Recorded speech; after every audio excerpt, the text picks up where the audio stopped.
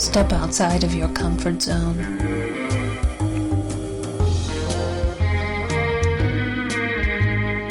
See the world with a whole new perspective. Join us and experience the unexplained on the Paranormal View. And welcome everybody right here to the Paranormal View on the ParaX Radio Network. I want to thank everyone for being with us tonight. Those here in the chat room and those listening from around the world, we appreciate each and every one of you. Tonight we've got a great show lined up, and we have with us, see if we hopefully don't have a whole lot more issues again. Tonight we have with us Barbara Duncan. Hello, everyone. We have Jeffrey Gould. Hello, hello. We have Tabby Cat Gash. Hi, everybody. And I want to thank everybody. We was having little problems getting our guest in here. Let me see if he's on yet. I will try and get him. If not, Tabby, won't you let everybody know? What? Tabby, somewhere. I think she's trying to pull him into the room. Yeah, I am. Oh, you're trying to get him in? Okay. Yep. All right. She's going to try and do that. If you can't get him in, let me know, and I'll try and get him back again. Okay.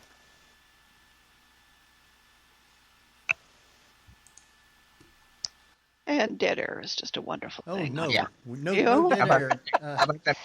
But We're still all here. we have Tabby Cat, and we have Jeff, and we have Barbara. Yep. I want to thank everyone, and I got a quick thing to say before we actually get started. I hope everyone has remembered what the date today is and the meaning. It's been a bad time when that happened. I remember it plain as day, and it was just a terrible thing.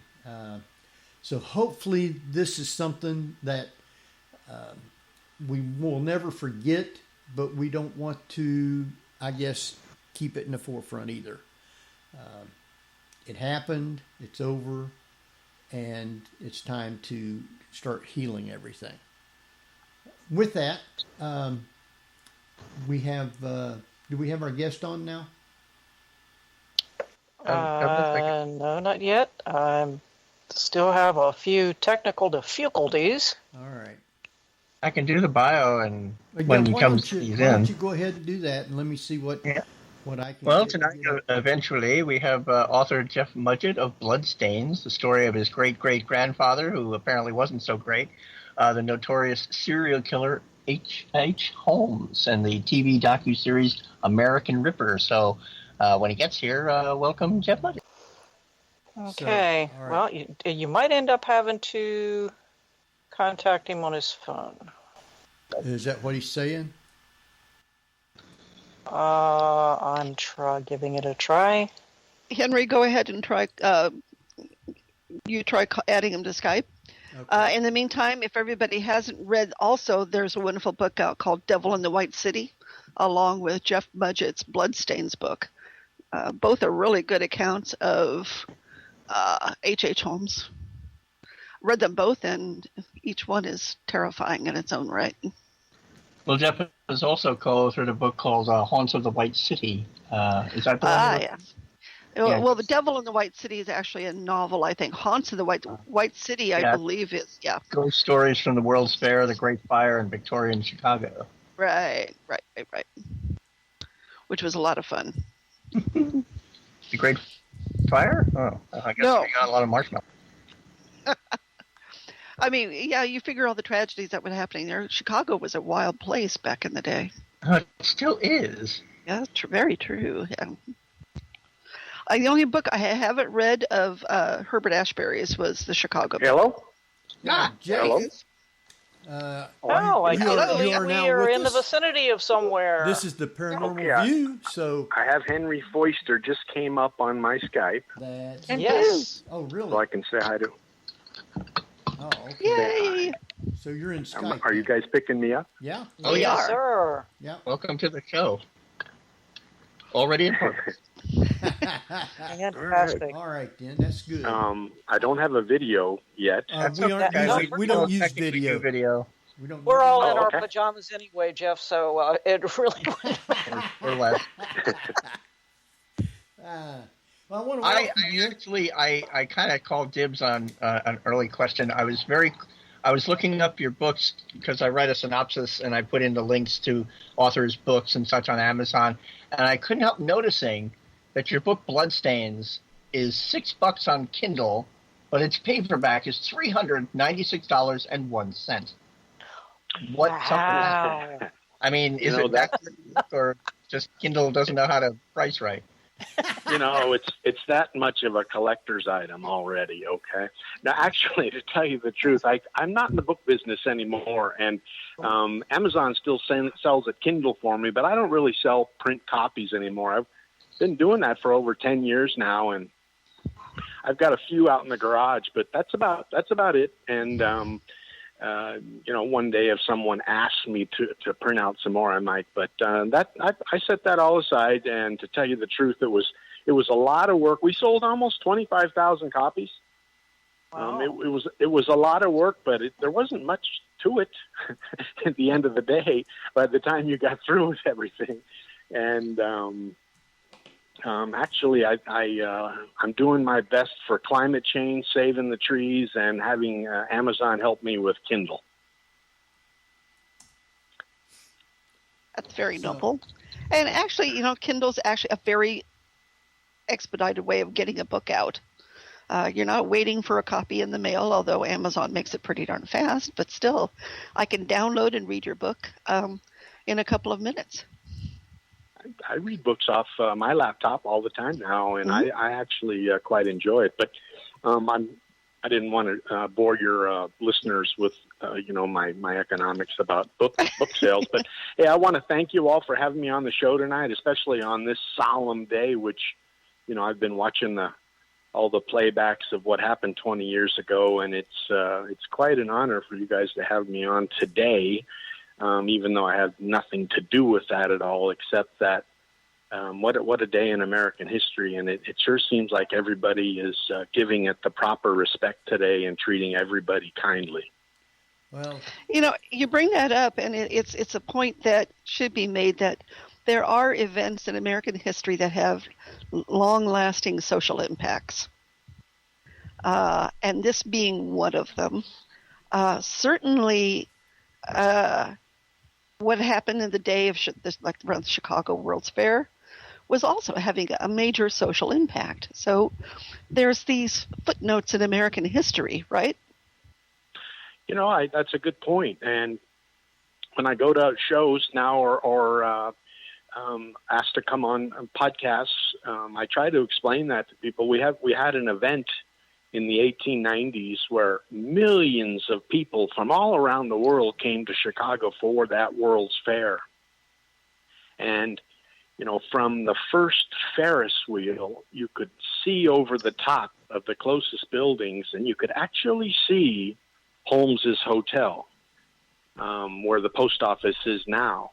And it for me, that's quite unnerving in that we possibly have the most evil American that ever lived right there enjoying the fruits of perhaps the most, attended event in American history and from all over the world. So it was something that, knowing how he thought a little bit, he had planned it out. He knew what was coming.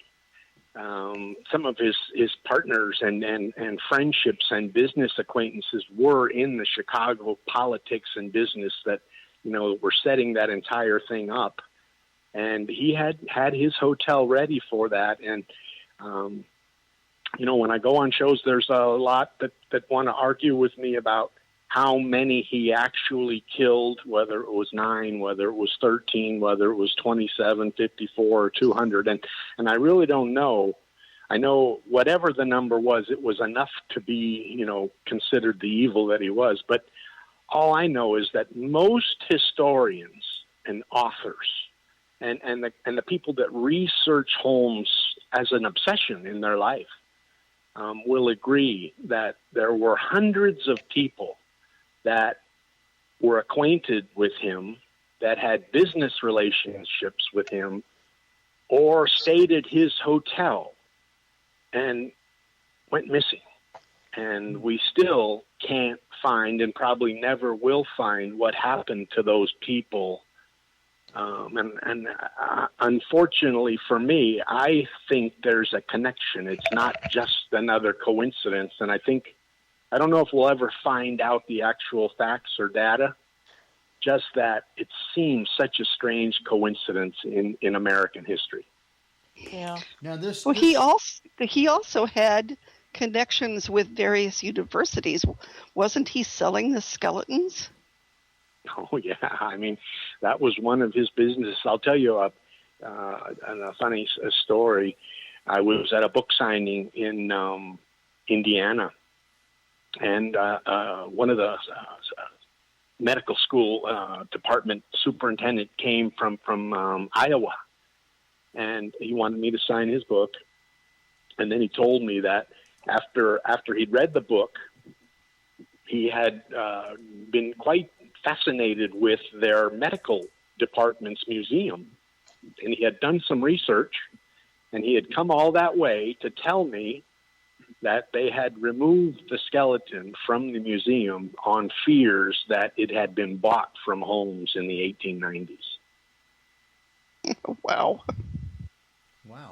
And they gave it a proper funeral.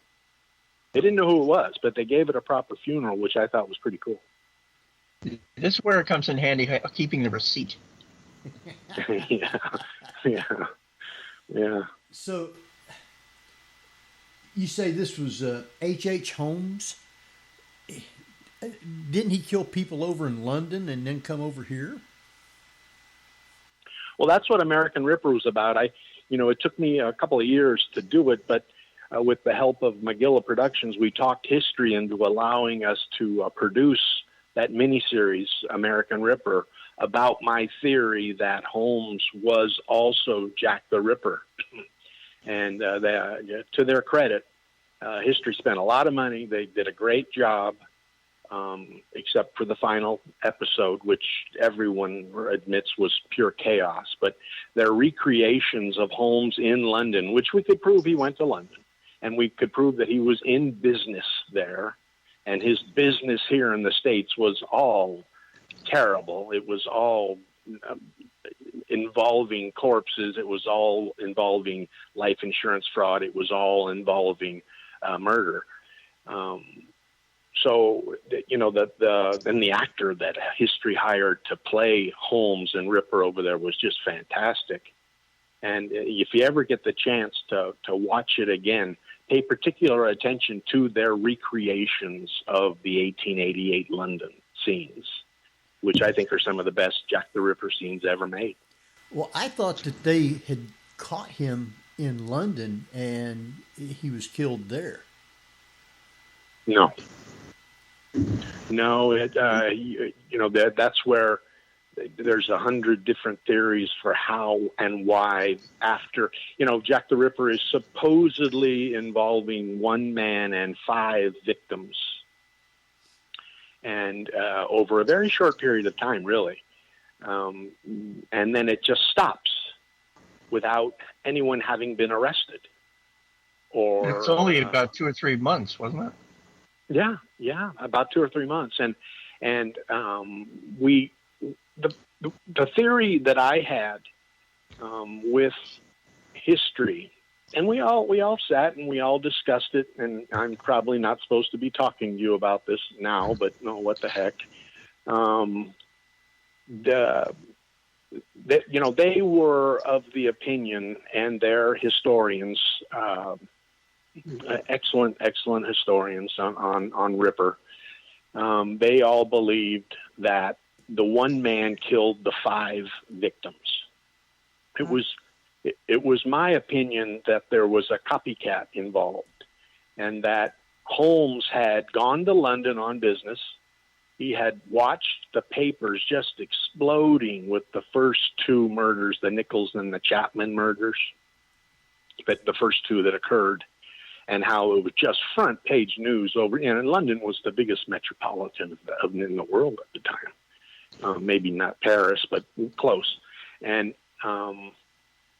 he was fascinated with the attention that whoever it was getting over there. It was my theory that he had written the Dear Boss letter, which I had been contacted by historians in America for 2 or 3 years when they found out that I was writing Bloodstains. They contacted me and said that they had been working on proving that Holmes had written the Dear Boss letter, that it wasn't a journalistic hoax, and that he had murdered Catherine Eddowes, the number 3 victim. 3 or 4, however, those two fit in. They're historians will tell you that it was possible, but they were committed within 1 hour of each other. And with that image in your head of this Jack the Ripper killer in this cape and hat and cane, doing a 100-yard dash across London in order to be at the next crime scene to make it all work. It just doesn't work. And so many ripperologists have said that, they didn't believe that number 4 had been done by the same man. So, we had put the handwriting together. I had gone to scientists at the University of Buffalo, the world-famous scientists involving handwriting, who were hired routinely by the FBI and Scotland Yard. And they agreed to run Holmes's handwriting in with the Dear Boss letter and came back with some remarkable numbers, which I don't know if any of you on the show watched, but I did a TEDx talk in Vancouver about the handwriting to the audience. Mm-hmm. And it came back 97%. They Holy took me smoke. aside. Yeah, no, and then, and I just still don't get credit for that. And I don't know why people like to blow that off, because it works out too well, I think. But the scientists came back to me and said, listen, we did this as a favor almost for you. If you fund us with us rerunning our programs to handle the font from the 1888s in America and in London, we'll be able to tell you absolutely if it was or wasn't. And I was like, wow. And so, okay, I was thinking, no, $600-700. No, it wasn't $600 or $700. It was, $100,000. And so I told them, no, I couldn't do that. And I couldn't get history to do that when American Ripper came up. Yeah. So it was, that's still there for someone to do one day. And it's the University of Buffalo. Cedar Fox is the name of the corporation, and that's what they do for a living. And they're hired by the greatest crime units in the world to do their work in court. Wow. So go ahead. I'm sorry. The one thing that I thought was rather interesting, Jeff, and I think I had spoken to you once before about this, was that with Holmes's fascination with death and the fact that he even admitted that he did his first murder when he was a child, he had supposedly murdered one of his own cousins. He had this fascination with death throughout his entire life. And once he got to London, and whoever it was that was killing these women,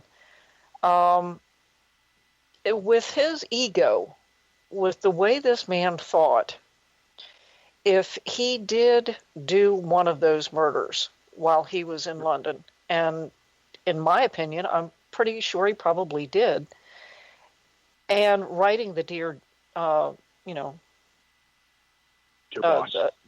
Boss letter, he was taunting them by saying, hey, look, you guys are looking in the wrong direction. And I did this, but you're not looking at me. You're looking at the wrong person. Well, that's kind of the way I look at it. Well, I think, that's a home run you hit. And that's what I was trying to get history and the production crew to understand that they didn't want to break off into copycats and they wanted to keep it. The Jack the Ripper is probably the most renowned, infamous true crime series of events in world history, period. And it's, if you went and did a poll on it now, there's probably 2 or 3 billion human beings that could tell you what Jack the Ripper is. And, that's quite unusual. So they were spending a lot of money on American Ripper. It got prohibitively expensive when we got into the exhumation at the end. So they were trying to get their money back, which is that's their business. That's fair. I don't hold anything against them on that. But it started branching off into where it wasn't going to be an 8-part miniseries anymore, and they were making executive decisions. And I think I'll tell you another if we've got time, another interesting story. We were in London preparing for the next day's shoot. And I got to tell you, the 2 weeks we were there filming for a Ripper in London were some of my favorite of my life. I got treated like a king. We stayed in these 7-star hotels. I had someone carrying my bag around for me. It was really, I got to see what being a movie star was kind of like a little bit, and I quite liked it. And then I had my best friend now in my life, Amaryllis, my co-host. You remember Amaryllis Fox on the show? Uh-huh. She just had a new baby the other day, and nice. She married a Kennedy, Robert Kennedy III. Oh ho. And her wedding was at Hyannisport on the grass that President Kennedy and Jacqueline were enjoying when they were alive. Nice. And when he was alive. And now they live on the coast in California, off where all the movie and where Prince the Prince lives now that left London. And anyway, so I was hanging out with Amaryllis, and she's ex-CIA, so I always called her Scully. I mean, she was the perfect real-life Scully. It was so fun, and she was brilliant. She knew how to investigate. Her handling of evidence was exceptional. It was just a lot of fun. And then we'd go down and have a drink, and it was just a lot of fun. So the film crew was planning the next day's shoot, and I was up at the bar across the lobby from them, and these 2 agents came over in suit and ties, young guys, 28, 29, English. And they, Mr. Mudgett, would like to introduce ourselves. And I was like, oh, did the IRS come over to London now for me? Or so I was like nervous about this. And they said, no, we're from Scotland Yard. And we just want to let you know that we've been following the events here, the filming. We completely disagree with your theory that Ripper was an American doctor. We're convinced he was an Englishman. They were quite proud of it, almost seemingly. And he said, but we want you to know there was at least one copycat involved. There was not 1 man and 5 killings as world history has led humanity to believe over all these years. Ta-da. So I thought that was, and so I ran that over to the guys and the gals at the production crew, and they called up, the bosses, and the bosses said, no, keep it the way it is. So that's how we ran it. Wow. That's TV. Well, I guess that's TV. that would have been another story altogether, Yeah. I suppose. So they just kind of wanted to keep it true to what was going on. Now, when you and Amaryllis Fox got together to do this documentary, did you have any idea that it was going to lead up to how it finally ended? I mean, there was just so much involved, and the 2 of you went to so many places to do this research and interviewed so many people. Did you have any idea that it was going to be this extensive? No, I didn't. And, the history is probably the granddaddy of all the networks that do these kinds of shows. And they wanted to keep it true crime. They didn't want it to branch off into paranormal. Although they're doing paranormal now, if you follow their network schedules. Uh-huh. And they actually were going to give me my chance at proving my great-great-grandfather was Jack the Ripper. They were going to put the money up and give me the chance. And I, you know, at the end, we talked about, I said, listen, you know, I'm of the impression that, you know, we've gone pretty far with this. We haven't proven anything. I don't think much of the world's going to accept it. I know most of the production crew didn't. They all thought Jack the Ripper was an Englishman. And I said, but, you know, there's a chance that if we exhume that grave and prove that it wasn't him there, we may come up with evidence that ties it into the London connection. And that's the kind of stuff the history was really, they were big on. You know, they'd taken a big chance with Amelia Earhart, and they'd had their knuckles skinned over that. Mm-hmm. And they were still afraid of that. They were still quite concerned that it would happen again with this. So they were very cautious. But they were also very big on, they knew that I had practiced courtroom law in California before. And they were very excited about this being done as if evidence were being presented to a jury, and the jury was our audience. Yeah, that's the way it came across to me, and I thought that was the most fascinating. It was like sitting there and having people present not just their opinions, but facts. You know, sitting down and saying, this is what we found, and this is how it connects. And that's how law enforcement solves crimes, is to take all the facts and all of the little pieces and put them together and make a cohesion of a story. And that's what you guys did. And that's why I thought it was just fascinating.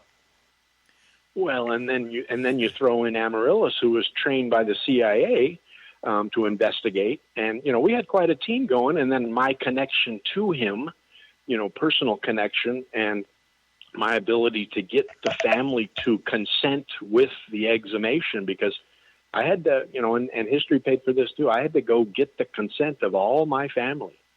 If one of them had said no, it wasn't going to happen. The judge wasn't going to allow it. Yeah. And so, you know, it was quite an ordeal. And like you say, it was treated very factually until the end, which disappointed me greatly. But the show, you know, that last episode, we had over 1.5 million people watching in the States. And then when they ran it in the UK, it had 1.5 million in the UK. Yeah. It was accepted quite, they loved it in the UK. They even ran it 3 times.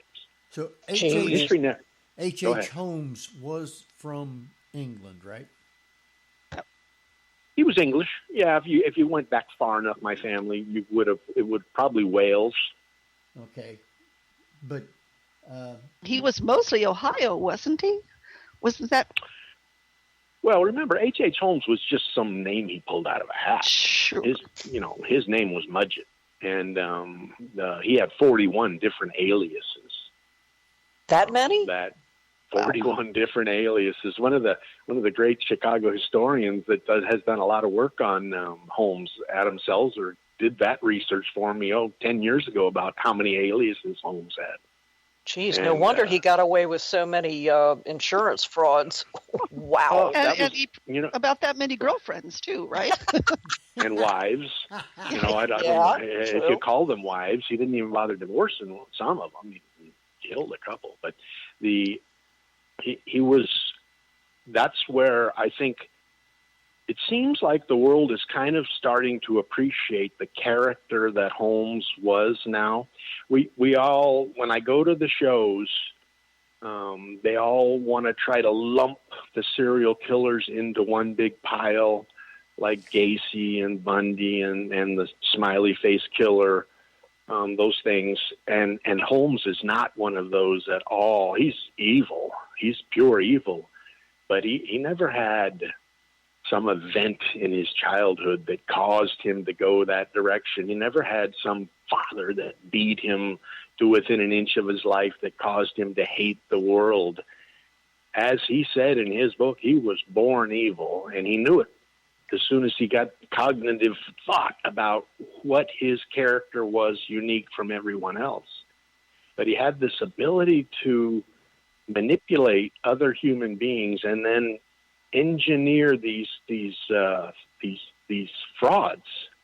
And if you ever, and you and your audience ever want to read a fascinating account, there's a book by another Chicago historian. His name is escaping me now. He's going to hate me. But he wrote a book, and he covered all the transcripts from the trial, the murder trial, where Holmes fired his lawyers and conducted his own defense. Wow. The judge ordered him to take his lawyers back, and Holmes said, okay, and then he told them both to sit down and shut up and conducted his own defense anyway. That's what he was. And then the deal that he had made with the district attorney about how the conviction was going to come down and how the judge was going to sentence him to death. And it's such an amazing story. And I think finally the world's starting to realize that this man is something to be studied, not just that he's a unique character and something Hollywood should make a movie about, but that it might be something, if we learned from it, we might be able to see it coming again at us, to where it doesn't come up someone like this that was a doctor at the University of Michigan that could have been anything he wanted to be in life. Maybe next time it's a politician, and that we could, maybe Holmes will teach us something that we can maybe predict that again one day. So how did you find out that you were related? When did I find out? Yeah, how? How did you start? Well, I making the actually connection? Have any of you read Bloodstains? No. Yes. Oh yeah. Okay. Yes. I actually, the Bloodstains is fiction based on a true story. There were huge gaps in the story, and rather than being like other nonfiction authors who I have a bone to pick with, I called it fiction based on a true story because I filled in some of those gaps with my imagination.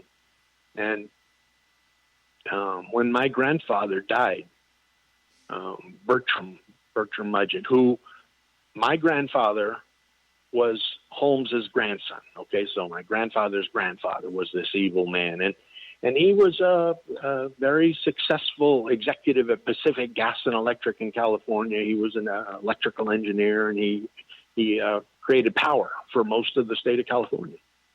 But he maybe talked to me twice in my life.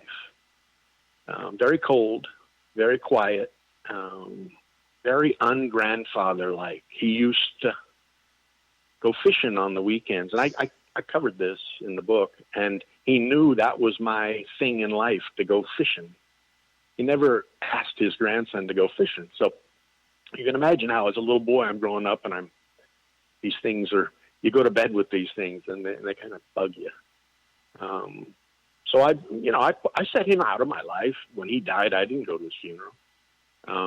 Stayed home and played in the tool bench in the garage. And my father drove up, who had gone to the funeral.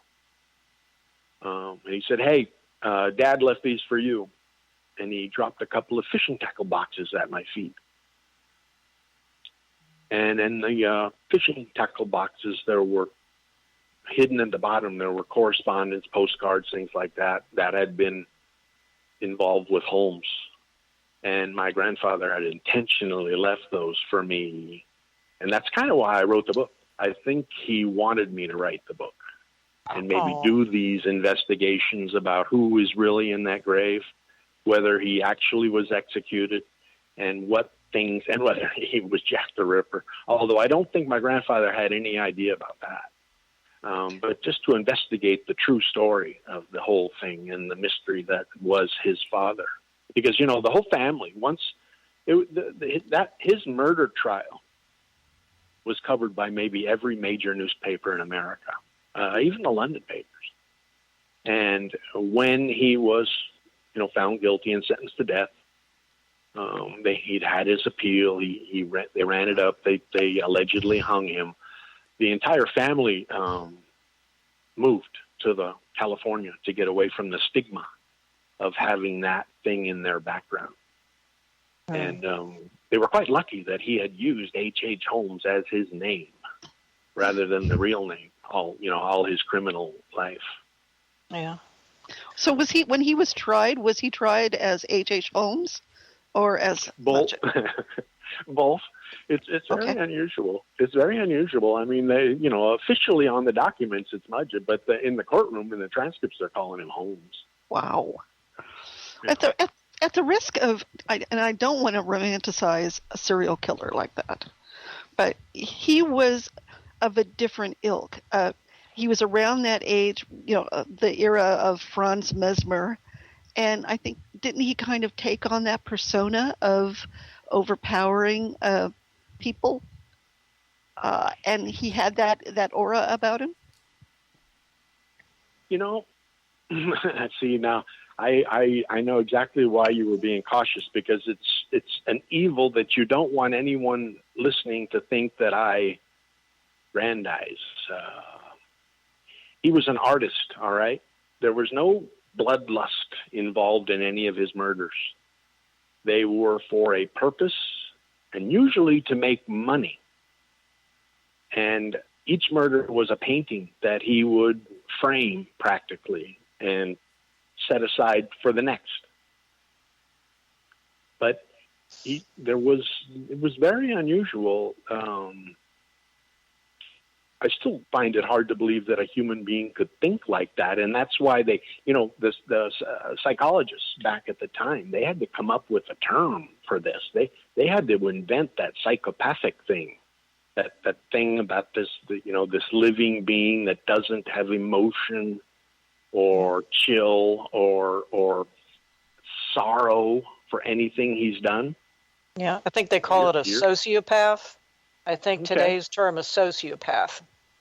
Those things both whenever I try to define, they confuse me. And I tell you what, when I go on shows and there are some kind of doctor there, I'm always amazed at how often they seem confused about them too. But it certainly defined him. He was not sorry about anything he ever did. No. Oh, it doesn't seem to be.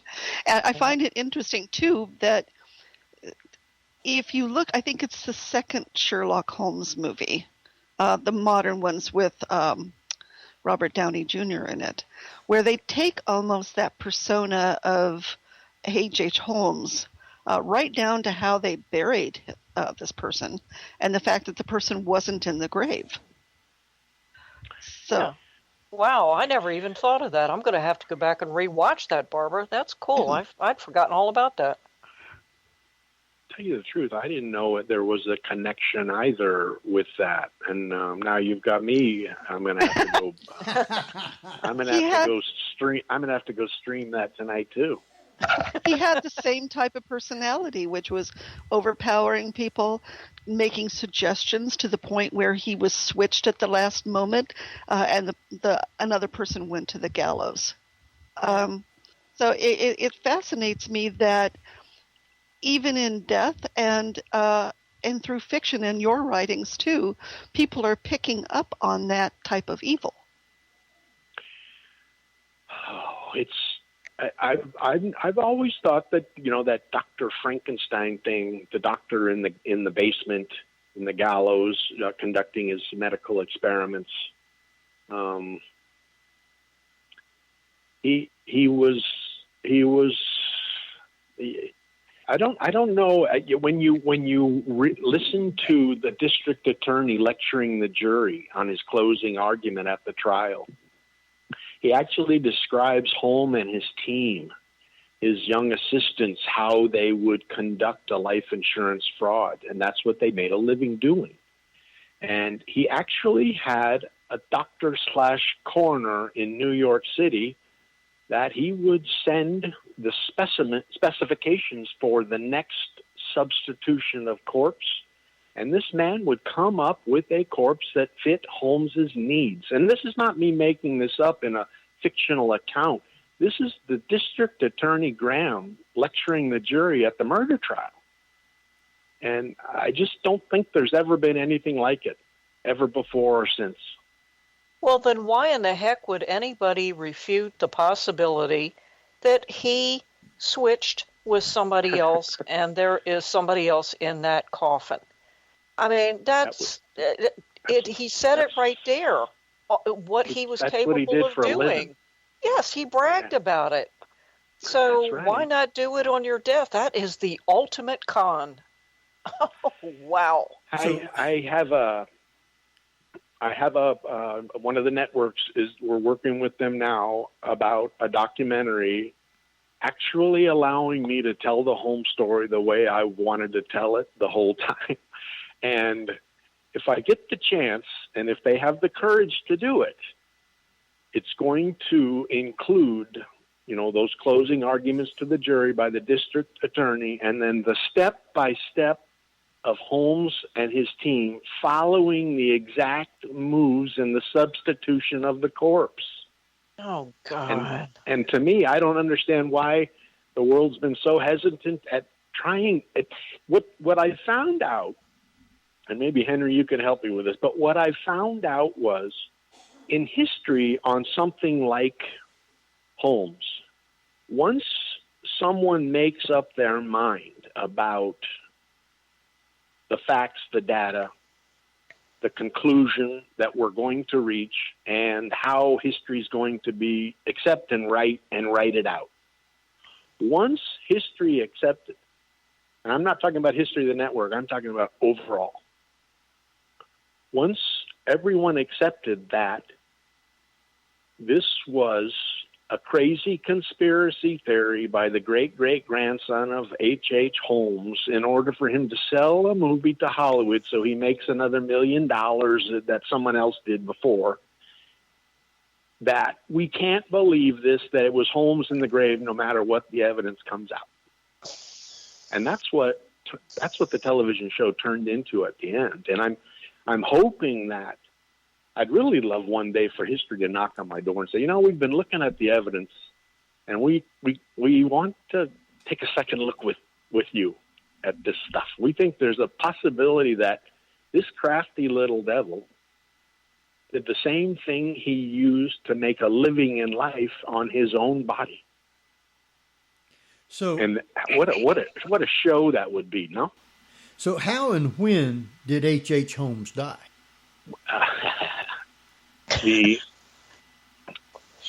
I have a picture of my grandfather and his brother at a grave outside of Los Angeles in 1961. It's a black and white picture, and the headstone is H.H. Hoyster is on the headstone. And it's the family's theory that he moved west after the great part about the Holmes, the substitution of corpse story. And if I can get the world to let me show the evidence, I think, which proves it wasn't him, and this is a big step, proving that it wasn't Holmes in the grave, Cat, does not prove that he escaped execution. Okay? It just means that there was a switch out somewhere along the line. Right.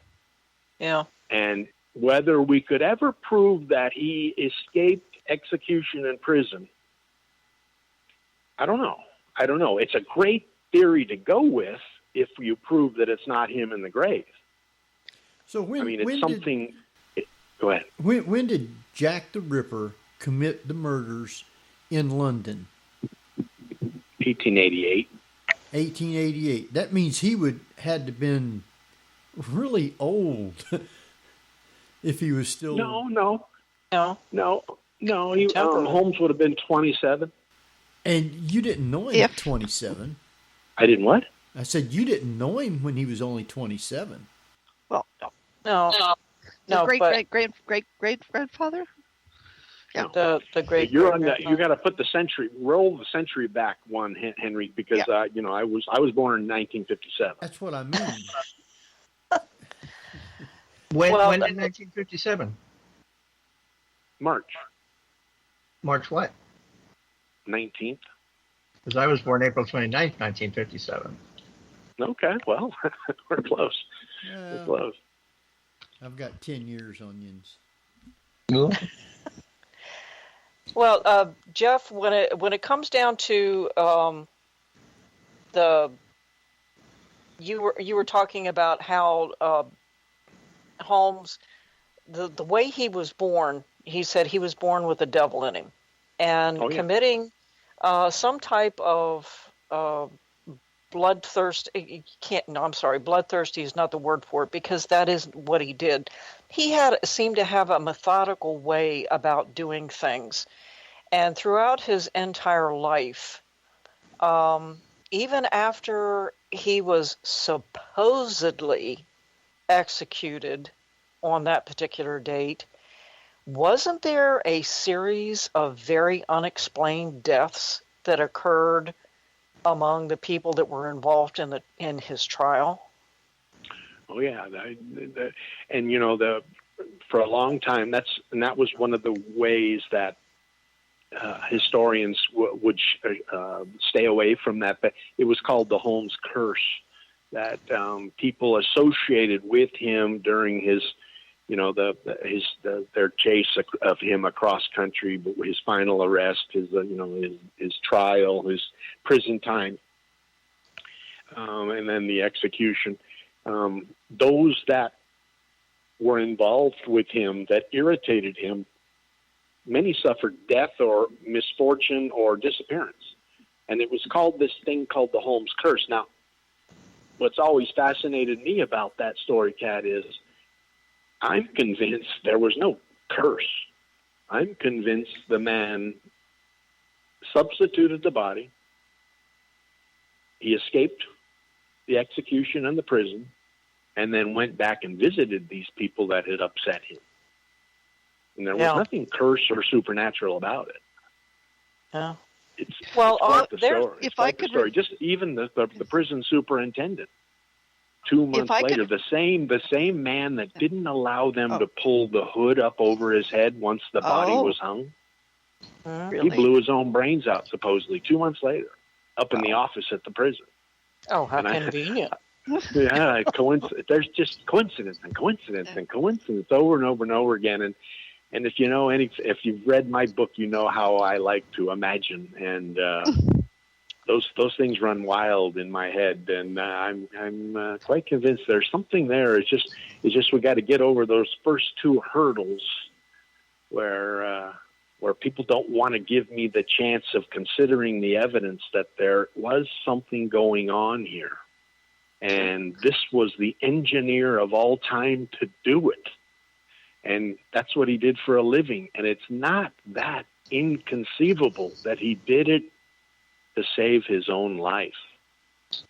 Because whatever happened to his co-conspirators throughout all of this? Oh, yeah. Many died, but a couple of his closest did not. Could they have been part of the whole scenario of the bait and switch?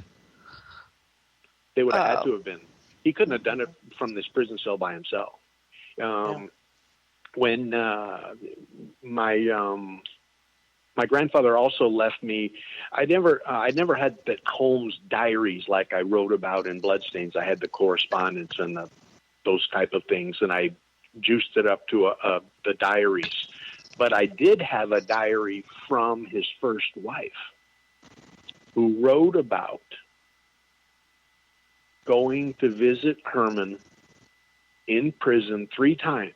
And each time after the visit, she would go to Chicago, stay 2 or 3 days, then go right back to prison to see Herman. I'm convinced those were cash runs. Yeah. Not only that, but just getting information and relaying information. Okay, and of the people that he needed for the exercise to work. You know, and then he also convinced the Hearst Corporation to come interview him in prison to help him with his autobiography. And they paid him $7,500 in a time when one of the greatest depressions in American history was ongoing. Yeah. He was a fabulously wealthy man in prison. Yeah. I mean, you've got to figure that with that kind of money, and let's face it, you either had, now I doubt very seriously if the man was given cash in prison because somebody would want to take it from him, but he had to have had an account somewhere that Hearst and the others paid him, and somebody else would have had to have access to those bank accounts in order to do anything with. And let's face it, money talks.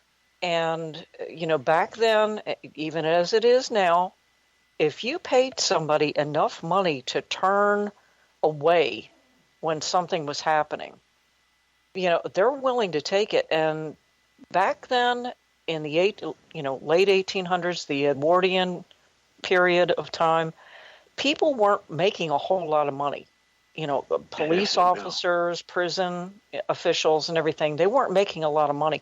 So to them, if you offered them, say, $200-300, they're going to turn a blind eye. And so to me, it is not beyond the realm of possibility that Holmes's wife and some of his other associates weren't keeping his money. They were paying off people, and they were making all these arrangements. That's his M.O. I mean, it's plain and simple. That's his M.O. It doesn't surprise me a bit. And that's what I believe. Now, when it comes to Jeff Mudgett himself, H.H. Holmes, or excuse me, I'm sorry, Henry Mudgett. I'm sorry, not Jeff. Henry Mudgett. He had a degree in medicine, didn't he? Yes, full medical degree from University of Michigan. Okay, and so with that in mind, he had a very extensive knowledge of anatomy, and he was fascinated with it. And when you look at the sociopath sort of personality that he had, and not feeling anything, he disassociated himself from a human body. And to him, it was just something to look at, something to explore. So I could kind of understand, excuse that expression, but I could kind of understand his logic and his thought, where to him, a human being was just something to explore. Just to, you know, and if he could make money off of it, hey, so much the better. He believed that crime and committing murder was his quickest way to make the money he wanted. I don't know what he wanted to do in life. I don't know what his purpose was. I don't know if anyone's ever read anything of him explaining what his dream, or if he had any. All I know is that, you know, of the many ways he could have made a living, he certainly chose the one that was the sorrow is for a human being to do, especially with one with such a mind, who I'm convinced if you stacked him up with IQs, he's probably right up there with some of the tops of all time. Yeah. Now, we have a great comment in chat, and I wanted to explore this a little bit, which is about the wives. And after everything that he did, she was wondering, you'd think that she would hate him for that, but he didn't attract virtuous people into his life very much. And maybe you can talk a little bit about his companionship. I don't know if I would be able to explain why some women are attracted to this type of man. I don't know anything about that. I do know that I once read And you're exactly right. Why would the woman that he abandoned with a child and left in New Hampshire and gone off to his fame and fortune in the Midwest help him at his direst time of need there before execution? So why would she do that when she knew he had 4 or 5 other wives? There was an account at the of the trial by one of the many major newspaper reporters that were there, and it was after the jury had rendered the verdict. It was after the judge had decided on sentence and had ordered the bailiffs with him out as he was being let off in chains. The reporter detailed how the women in the audience, and he assumed that they had been intimate with Holmes before somehow, all rose to stand and had crocodile tears on their faces while the murder was being let off. And how this happens or how this works or why it happens, I'm certainly not the one to give you much on that. Oof.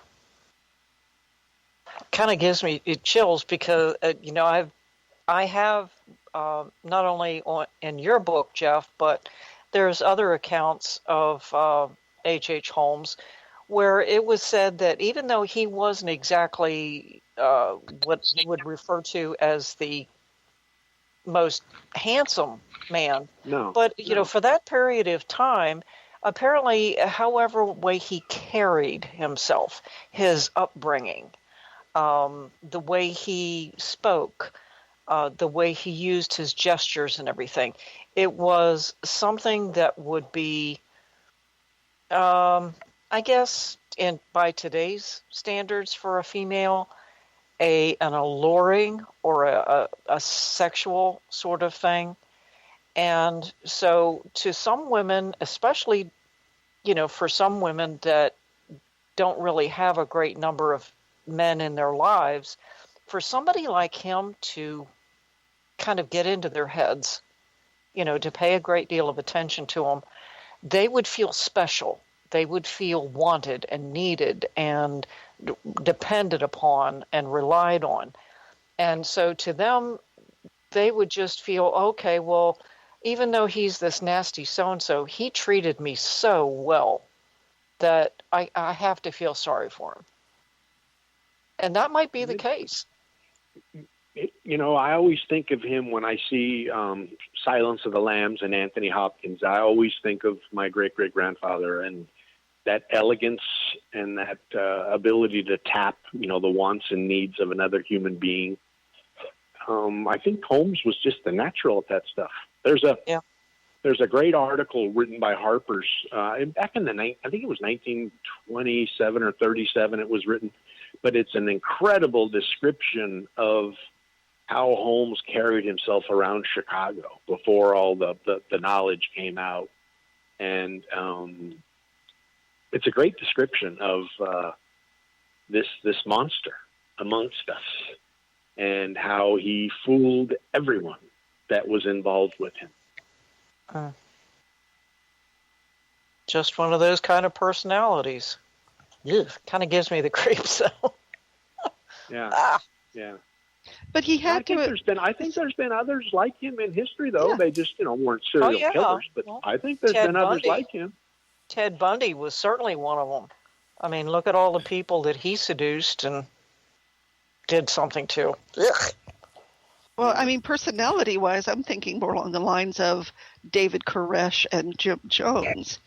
Yes. Where yes. he gathered I'm not going to call them innocent because they weren't. I think, even in your book, I think you suggested that some of his girlfriends' wives actually recruited other people to kill. So it seems to me that he chose his victims and his accomplices pretty darn carefully, wouldn't you think, Jeff? Yeah, and what you just brought up was true, but you have to understand, I was assuming that conversation Holmes had with one of his wives. I wasn't there for it, so there's parts of it that I was imagining probably something like that happened. But to have been able to sit back and listen to him explain what he wanted from one of his assistants for them to do in order for him to carry out one of his frauds or crimes was probably incredible to witness and behold. And unfortunately, I don't think anyone ever did that survived it. Mm-hmm. So but I guess, yeah, we kind of can now with, like I said, if you listen to David Koresh or Jim Jones's speeches, you can see how they manipulated people right down to drinking the Kool-Aid, pretty much. Yeah, that's so it. It kind of, you kind of get a taste for what this person may have been like, although, of course, you're right, we're never going to know because we weren't there. Okay, we're going to have to take a break, and it'll be about 5-6 minutes long. Just remember, Jeff, that our mics will be live, so don't say anything. So it'll be about 5-6 minutes, and when I come back on talking is when you'll hear and know that we're back on. But what I'm going to do is play music, so you probably won't hear it because you're in with us. So it'll be kind of like dead air until I start talking again. So with that, just remember though, your mic's live, so don't say anything. And don't be concerned. Grandfather not to say anything while the mic's on either. Okay, so that's it. All right, Jeff, you want to take us out?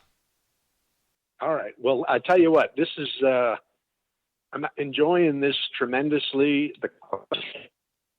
It's very to the point, and and you know what? I can't wait for another hour. Let's do it. Okay, well, you're listening to the Paranormal View on para-x.com with hosts Henry Foisters, Cat Barbara Duncan, Tabby Cat Cash, and myself, Jeffrey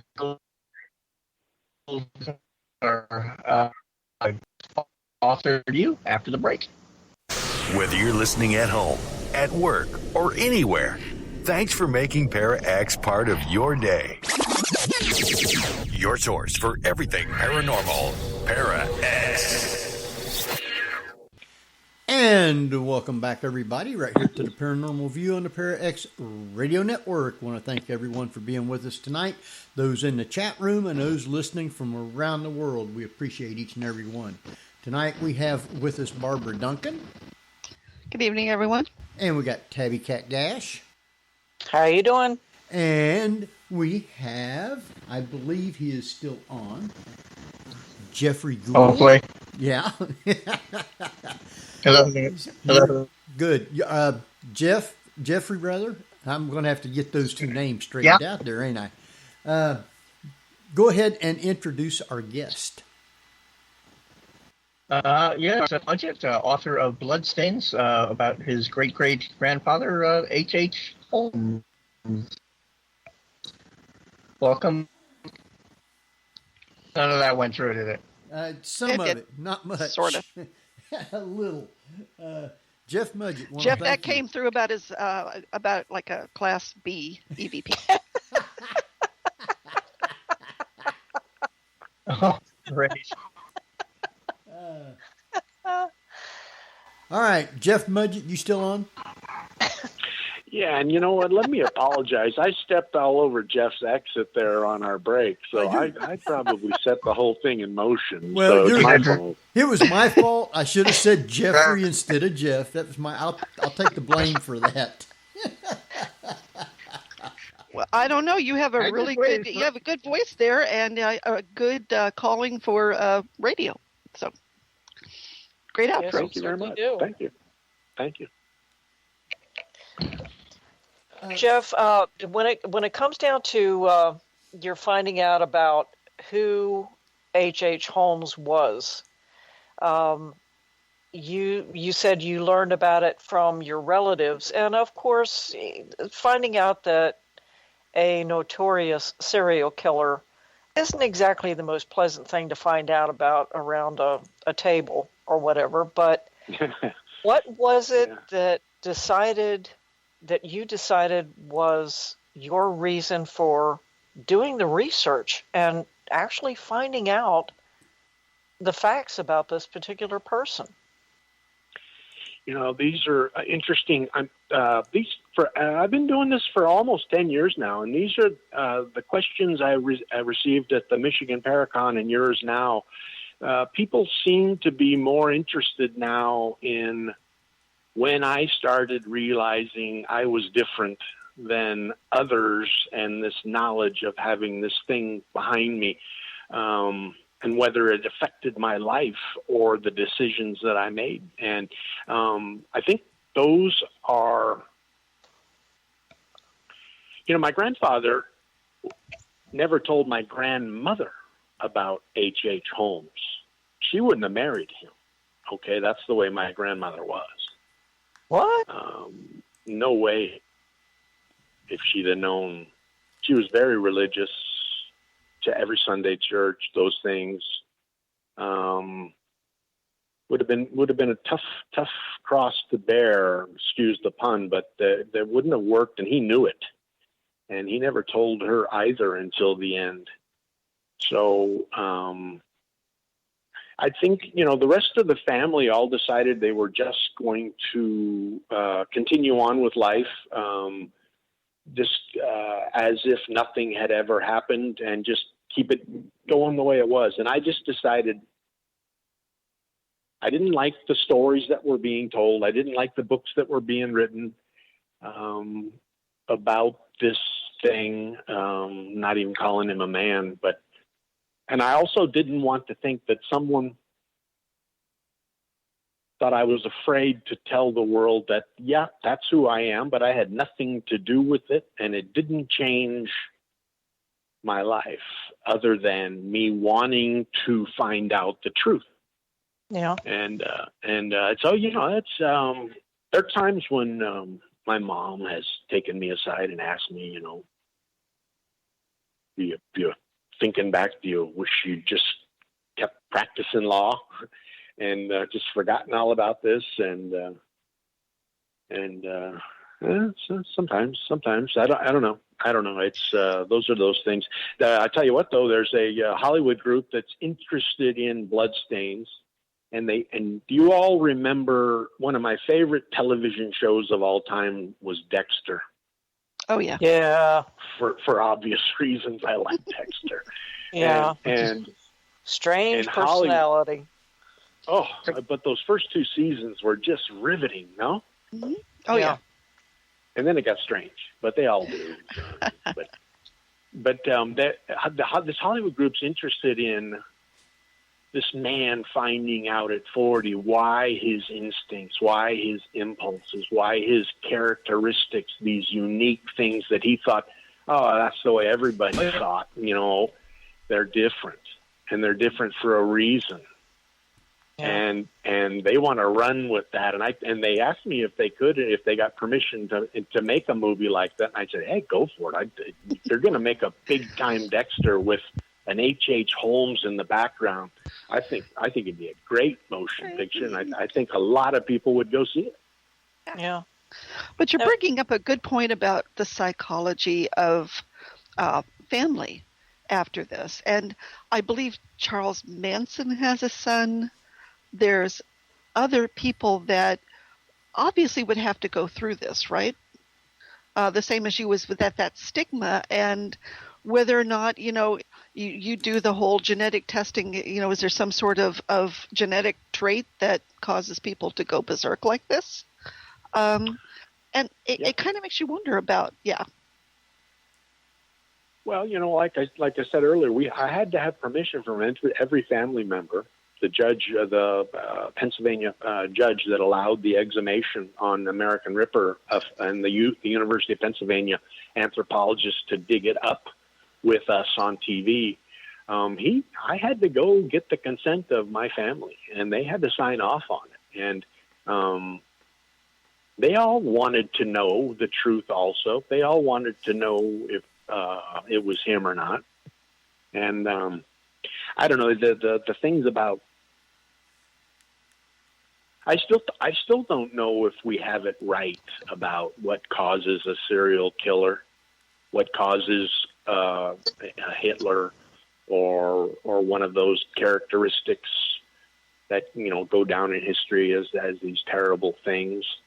And maybe one day someone will divulge enough evidence, enough facts, enough data that we learn a little bit more about it. And I wouldn't mind if it was me and H.H. Holmes, and finding out what caused a man that could have been anything he wanted to be. Yeah. Well, I mean, it's like go this way. all those physicians that for the longest time, they took photographs and measurements and everything of people's skulls and their facial features and everything. And they came to the conclusion that certain people had these traits about them that were criminals. A certain facial features, certain brow ridges and things like that. These were all criminals.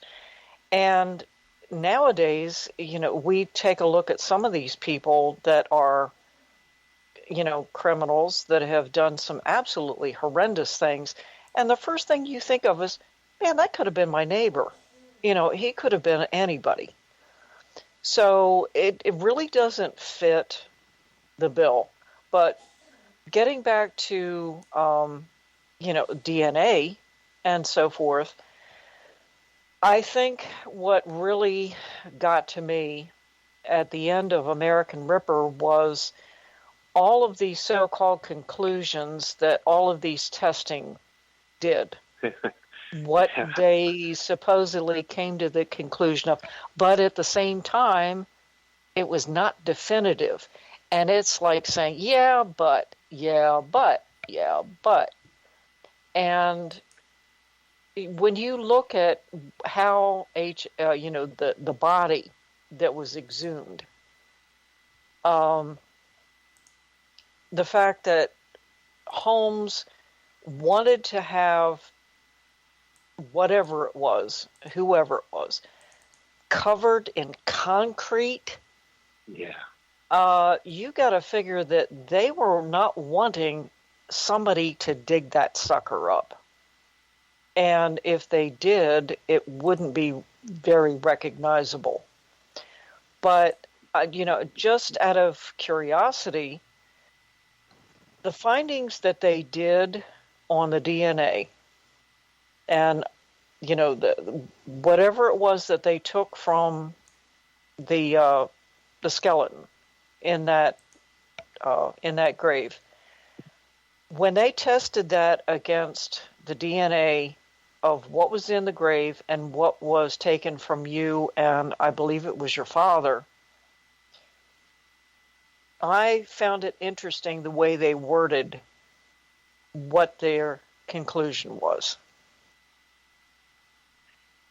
And you know what? Their conclusion was very craftily worded by a New York trial lawyer. And it was, when I watched that final episode, I wasn't part of that conclusion in any way. Neither were the two anthropologists from the University of Pennsylvania.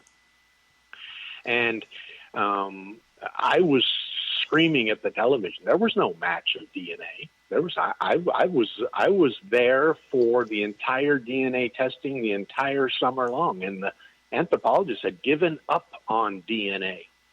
They had decided that wasn't going to be how their decision was going to be made. It was going to be made on the dental records. And when that came up, that final episode, it was almost shocking to the point where if you go back and research now that conclusion that history made about the DNA, and then if you go 2 days later to the interview that Rolling Stone magazine made with the two anthropologists, and they admit there was no DNA match, I still don't understand how it stayed on television. I still don't, and that's why I'm in the process right now of trying to get a network to allow me to put the evidence out as I would in a court of law, and as treating the audience as the jury, and let them make their own decision. Because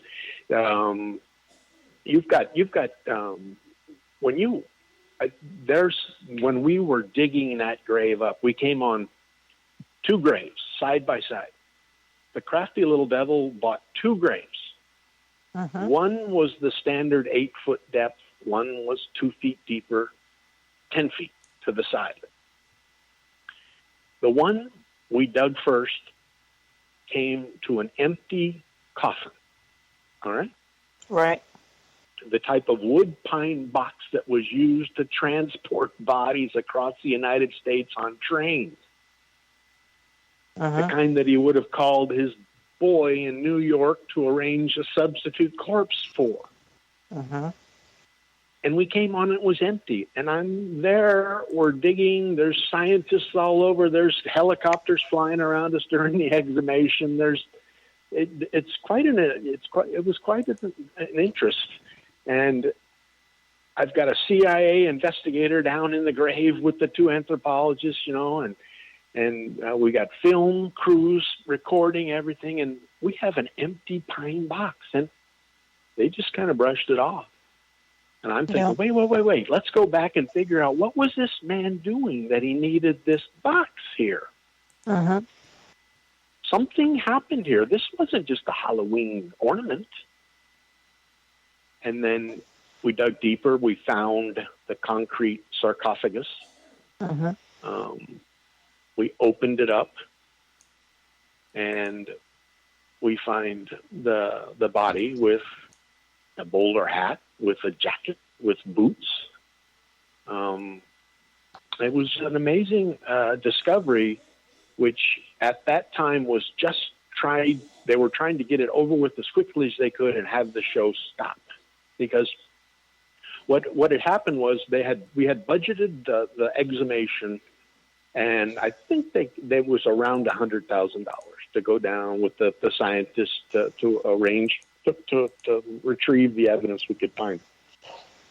Well, as we were digging, and you didn't get to see this on the show, the walls for the two graves next to it started collapsing in on us of the other bodies.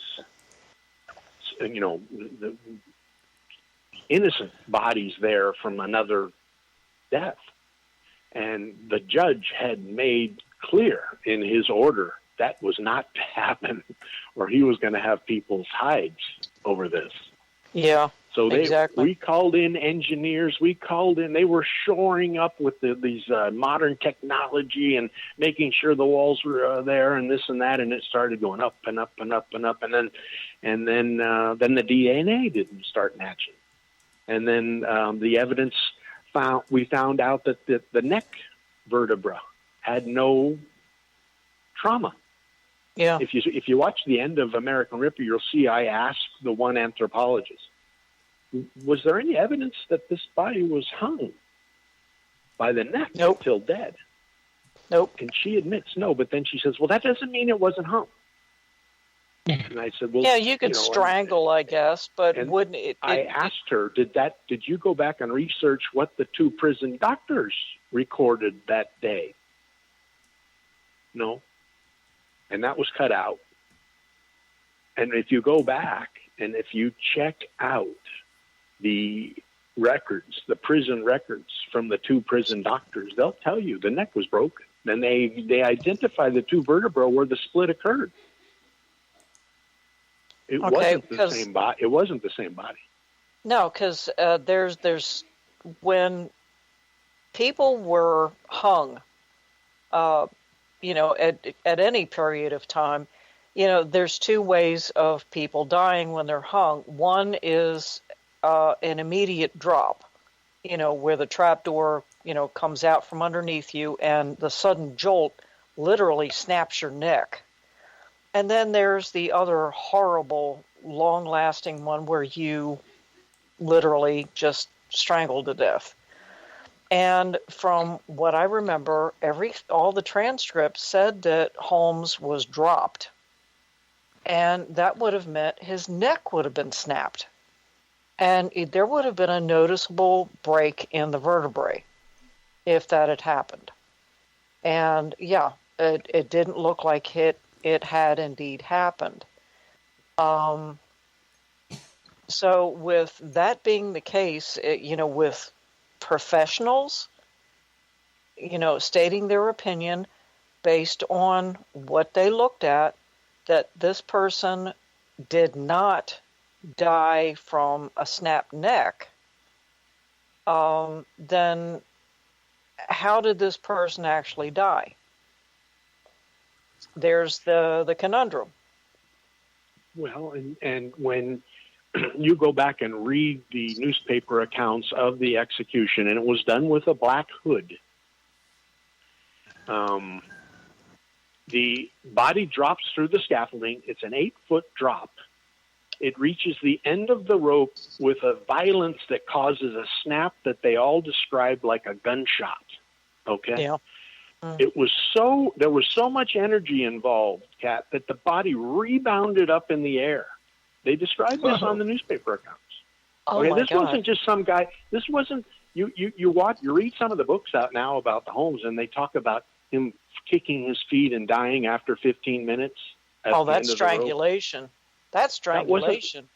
That wasn't what happened. And the two doctors admit that. The two prison doctors actually state that wasn't what happened. They were describing how a snake, when you cut the head off a snake, how the body still twitches.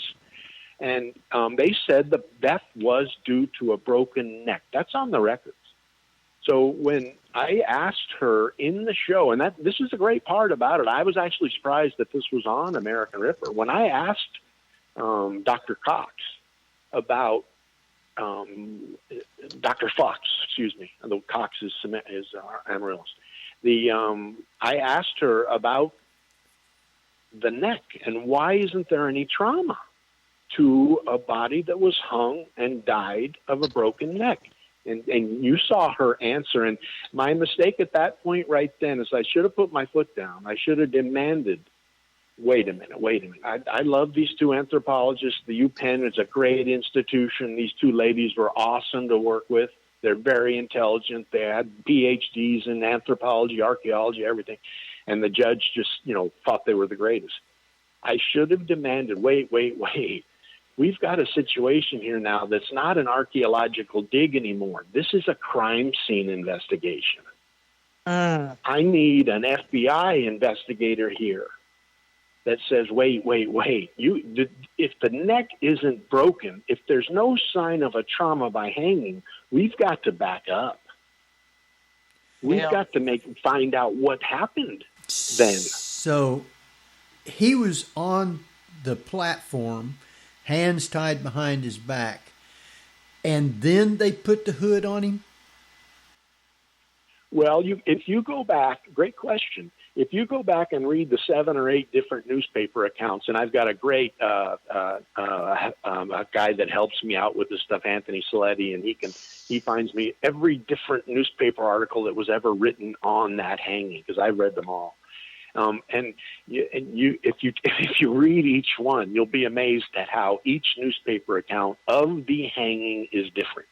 All right, and you can see where, as an author, as a historian, writing a book about a historical account like that, at some point you've got to make your mind up. You've got to pick one, because we weren't there and we don't have a video. Yeah. So the Holmes reportedly walked up to the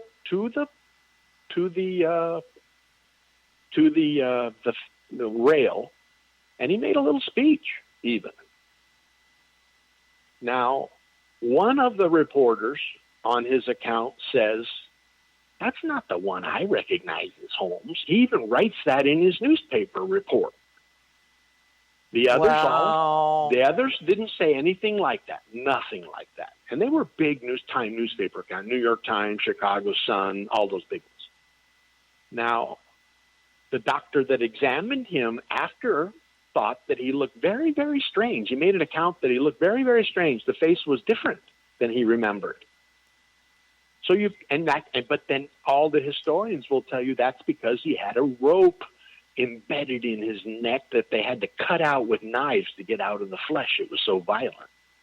Say what? Well, that could be true. That could be true. I guess the rope might get stuck in the flesh because of something like that. Yeah. And so you've got all these different accounts. All I know is, and I don't know how to add them all up. All I know is the hanging was done with a black hood, and the prison superintendent refused them an autopsy and refused them removing the hood. Okay. Well, The same why? guy that committed suicide 2 months later. Now, at the risk of sounding really, really morbid here, if you exhumed a cement-filled vault or a coffin, would that not have prevented a lot of decomposition of the body originally if it had been buried right away? It did. It did. One of the arguments I have with the scientists now is, wait, we have a body encased in concrete. We still have mustache. We still have intact molars, which if you've been following the news at all, in London, they just found the body of Richard III under some parking lot outside of London, and they identified it with one of the molars. They got the DNA out of the intact molar. Right. I said, we had 7 or 8 intact molars on this thing. I was there when the 2 anthropologists were on the phone with King's College in London who did all the DNA testing. They're the number 1 in the world.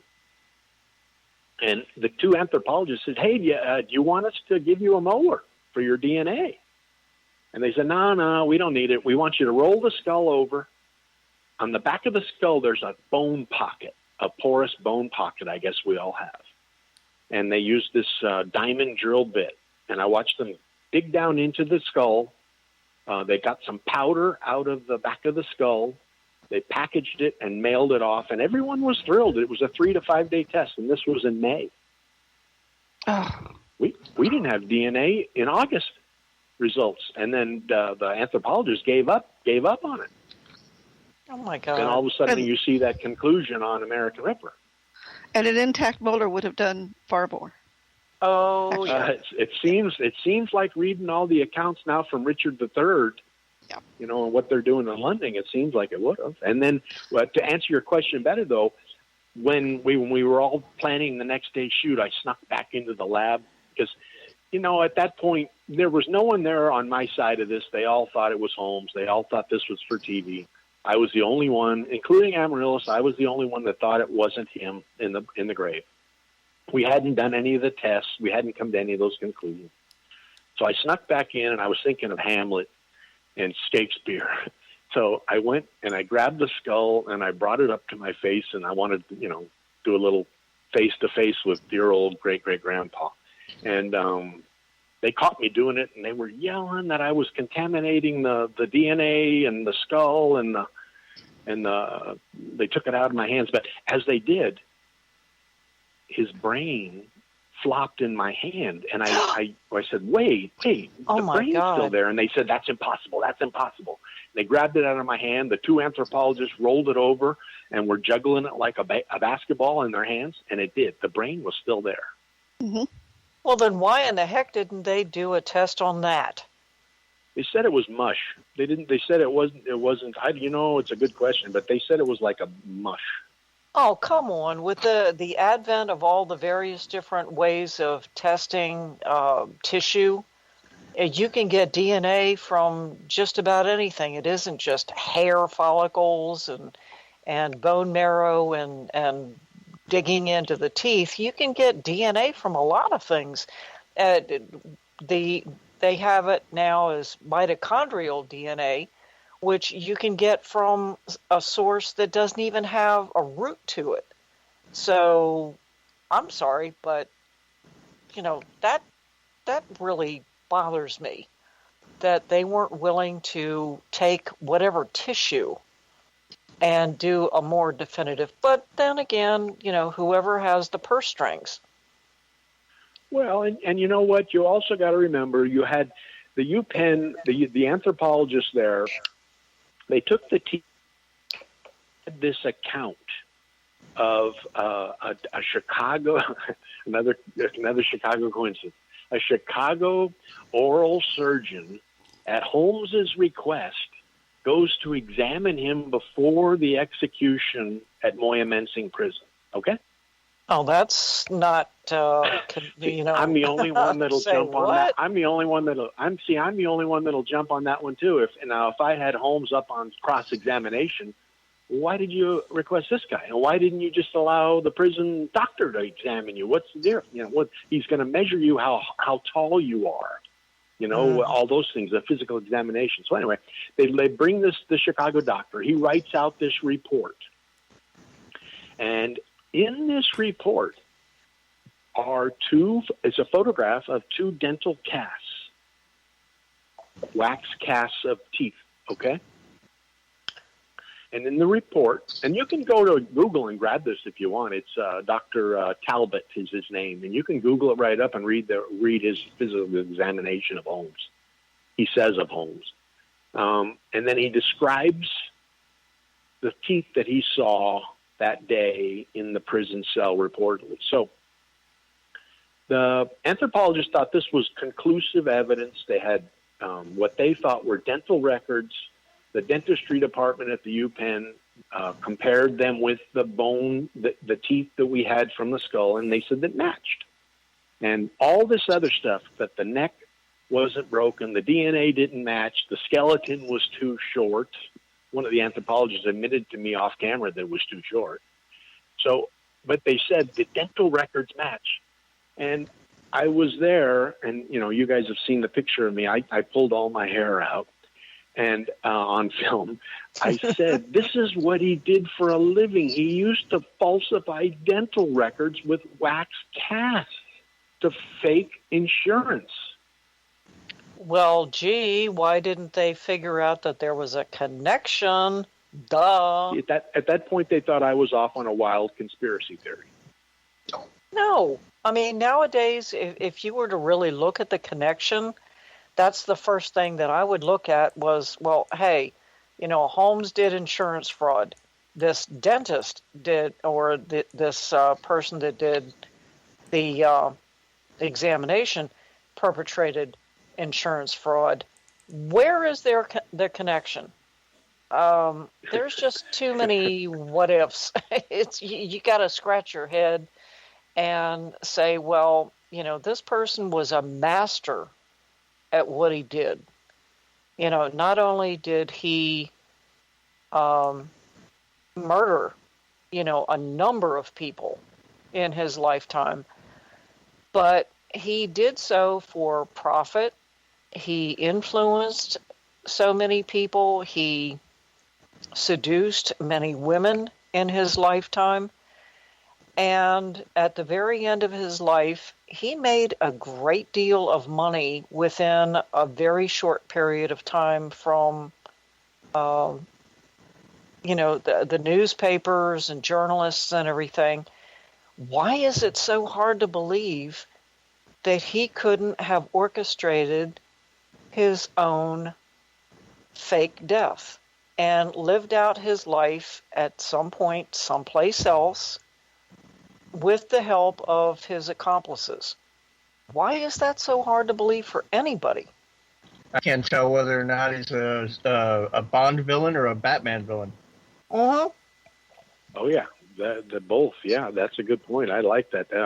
I tell you, and then I've got a great friend, Vanessa Hogel, who she does wax casts for a living. She's done them for 20 years before oral surgeries. And she tells me from the photographs, you can tell that those were taken from a corpse. They weren't from a living body. Yeah. So here's it's too bad that there's statute of limitations, but wouldn't it be great to be able to go back and try the conspirators that faked this whole false death? Oh, yeah. I don't know if I'd go that direction before I got the world to accept that it's not the body in the grave first. Okay. And you know, because I'm already out there on the edge, and they all think that I'm trying to have a movie made and stuff. So, but I think we're very close. I'm waiting. I would like to give. I've got a network that's interested in maybe letting me tell the world the true story of the exhumation. But I'd really, to tell you the truth, none of this would have been done if it wasn't for history, if they hadn't spent the money, if they hadn't taken the chance, if they hadn't done everything that no one, you watch some of the television shows now on paranormal, on true crime, on archaeology. No one spends any money. It's just some expert's opinion in an interview, right? Right. Yeah. And history was spending a lot of money on this. They did a lot of great things. I'd like to give them a chance to say, you know, we'd like to take a second look at this. I really would. And to let them have first account on correcting this error. But it's going to happen. It's going to happen. It's going to happen here pretty soon. Good. But it's and then the other thing is that the two scientists admit, this was edited out of the show, that the skeleton was too short to be Holmes. That they measured it at 5'4" when off record they told me 5'2" when the police that arrested him in Boston and then this Chicago dentist that examined him measured him at 5'8". Wow. And they both admitted to me it doesn't shrink. It doesn't shrink. As a matter of fact, it should be taller because scientists have to add in the cartilage and the tissue in between the bone joints, and it usually makes it taller than the actual body was. Right. So you've got all these different components. You've got the strange grave. You got two graves. You got empty boxes. You've got concrete sarcophaguses, and it's just, to me, it's an amazing story that just it'd be fun to be able to get out there and tell it based on direct evidence that would stand up in a court of law. I think that would there's not many shows like that in America on television anymore. So besides Holmes, did any of those who helped him get charged for anything? No. Not one. Yeah, it kind of makes you wonder about that one too. I mean, because they probably didn't have enough so-called evidence to prove, and with all the money that he received and everything, he probably paid a number of people off to not say anything. And that's interesting. Now, another thing that you've got going on right now, Jeff, is the murder castle in Chicago. Right now, on that piece of property is a U.S. Postal building. Yeah, it's a U.S. Post Office now. And there is a basement area in this post office that people have not wanted anybody to go into. But you are trying to get in there. What's going on with that? Well, I've been in there twice. I write about it in chapter 27 of Bloodstains, where, my best friend and I, Kim Estes, we talked the post office superintendent into allowing us to, who we were, and into allowing us to go down into the basement, which was boarded off. The employees did not go into the basement. They thought it was haunted. It was barricaded off. We had to wave our way through spider webs and the whole horror movie thing you see, if you can imagine that. We got down in this musty, gray, just ugly basement, long hallway, which also had some of the original Holmes tunnels that he had built in while he had the murder castle, that he was planning on using to escape law enforcement one day if he ever had to. He'd crawl out these tunnels under the street, then out the other way. He never had to. I tried to describe what I felt that day down in the basement. Because to tell you the truth, and I know you all, this is the Paranormal View.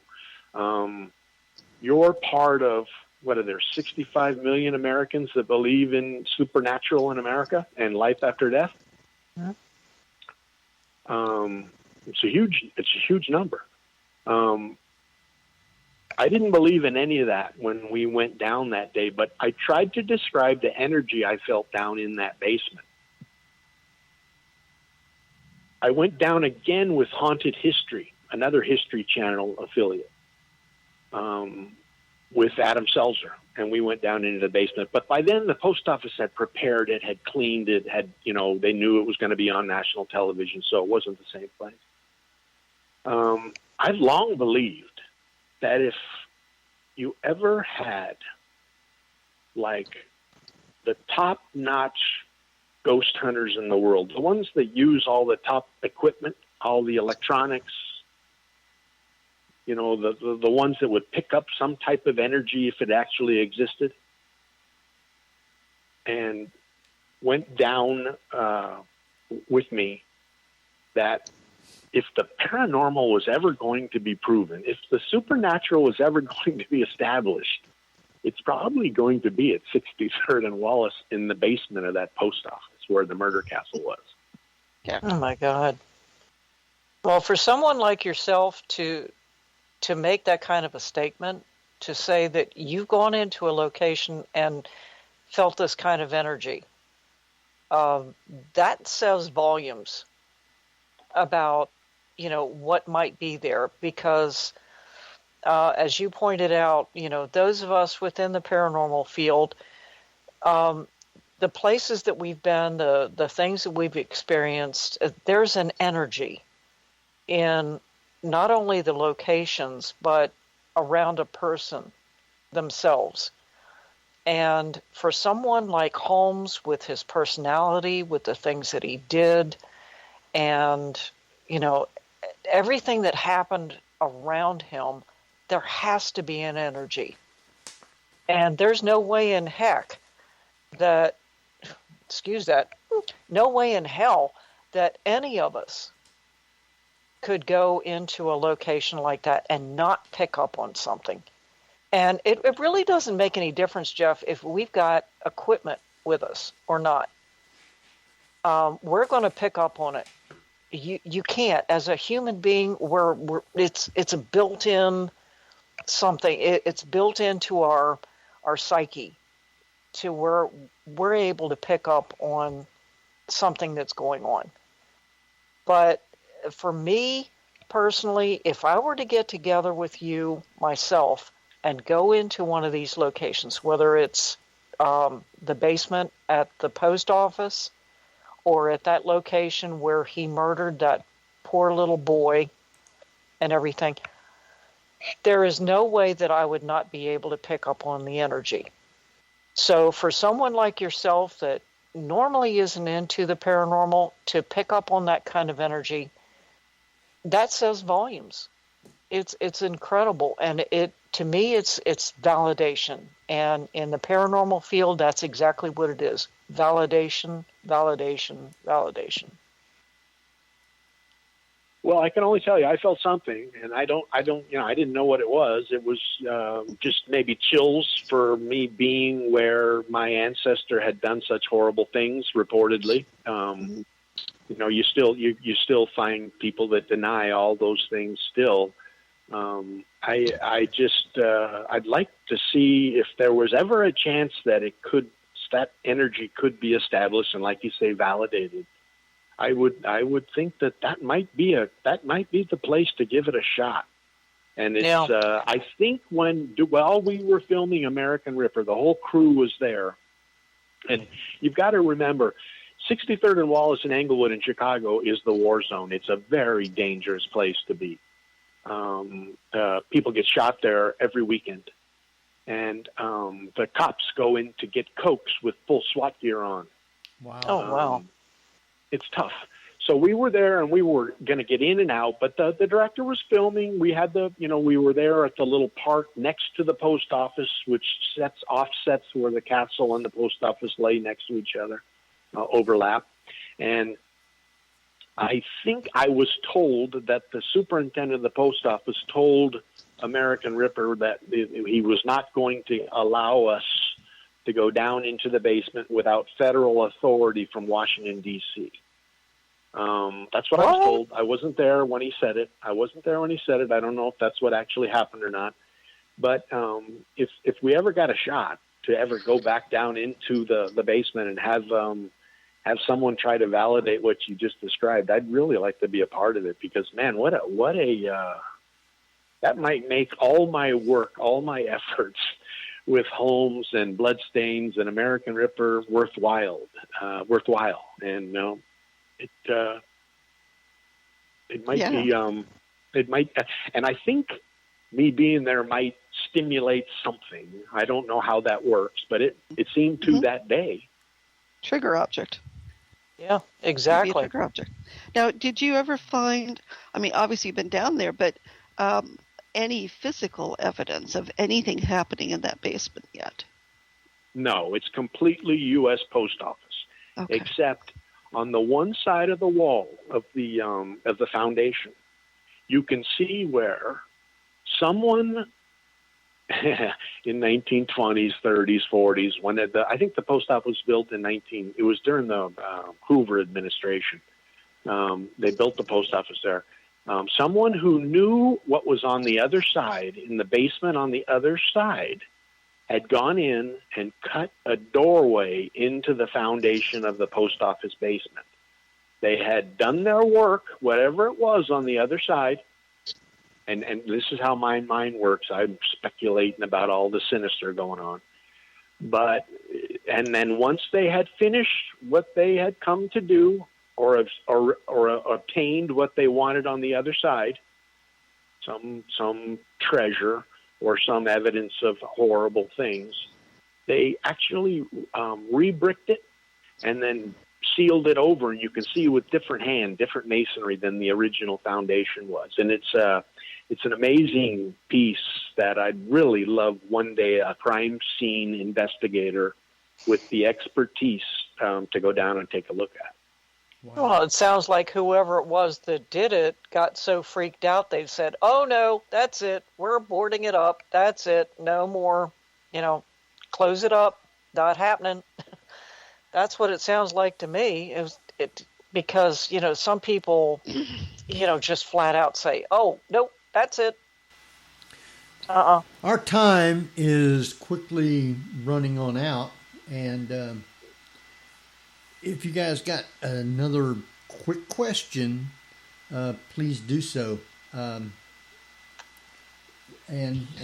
here's the question for you, Jeff, because this is a paranormal show. Have you ever been contacted by the spirit of H.H. Holmes in any fashion? No, other than that day in the basement, no. You're probably glad of it, though, in many ways. Yeah, I wouldn't want to be, hi there, grandkid, here's a laundry list for you. Yeah. I actually, the trial, the courtroom where he was tried is still there. And one day I snuck back in by myself while it was closed up and sat up in the jury box, hoping that it would happen, and it didn't. But I wanted to see if it would still happen, but no. I went into his house where he was raised as a little boy. I tried to go everywhere his history was, and I was surprised nothing happened like that. And this may, Kat, you may be able to jump in on this. When we dug that body up, when we got to the sarcophagus and opened it up and the body was there for the first time to see that ugly skeleton and skull, I was expecting to feel something then. Absolutely nothing. No, I didn't either. I looked at that and I said, no, this is wrong. I felt that too. As soon as I looked at it, I thought, no, this is wrong. Something's off. And So- Marillis told me the same thing. She was expecting something too, and she felt nothing. Nope. So how many total murders were there? I don't know. If you want to go with the ones that can be actually proven, maybe 9 or 13. But like I say, he admitted to 27, but some of those were still alive after, his whatever happened out there at the prison and cemetery happened. But now, as you go back in history, Chicago historians are finally admitting, and Chicago police too, that hundreds went missing during the World's Fair, and scores stayed at the Holmes Hotel, Wow. and they went missing. And I mean, to me, that's too much of a coincidence. I just don't buy that. All right. Yeah. Our time, like I say, is quickly running out. I want you to give out all your information about the book and how they can follow you and contact you. But stay on until after we're off, and we'll thank you. I tell you what, this has been a quick 2 hours. I've had a lot of fun, and It always is. Thank you. well, I appreciate it, and it's I'm just very appreciative of the ability that you give me to put my platform out for the people that want to have an open mind and consider the evidence as it is, and hopefully help me change history as it's written. No problem. It's been a good show. Thank you. Listen, Jeffrey Gould, who is our guest next week? Yes. Oh, I am. That is definitely a Tabby department. Oh. All right, Tabby, who's our guest next week? Okay, next week we have Michael and Marty Perry. They are a husband-wife team, and Marty, who is a psychic artist, and Michael, who is a very recognizable psychic medium. And conjunction, they have conducted so many wonderful investigations with absolute detail, and we are looking forward to talking to them next week. All right. That sounds great. We got less than a minute, so I want to thank everybody for listening tonight. Hope everybody enjoyed the show, and we will see you next week, people, at the same time, so please join us then. And until then, this is Henry Foister. Jeffrey Gould. Barbara Duncan. Cat Cash. And we will see you next week. So everyone have a great weekend. You've been listening to the Paranormal View on the ParaX Radio Network. Join us again next week at the same time for more of the Paranormal View.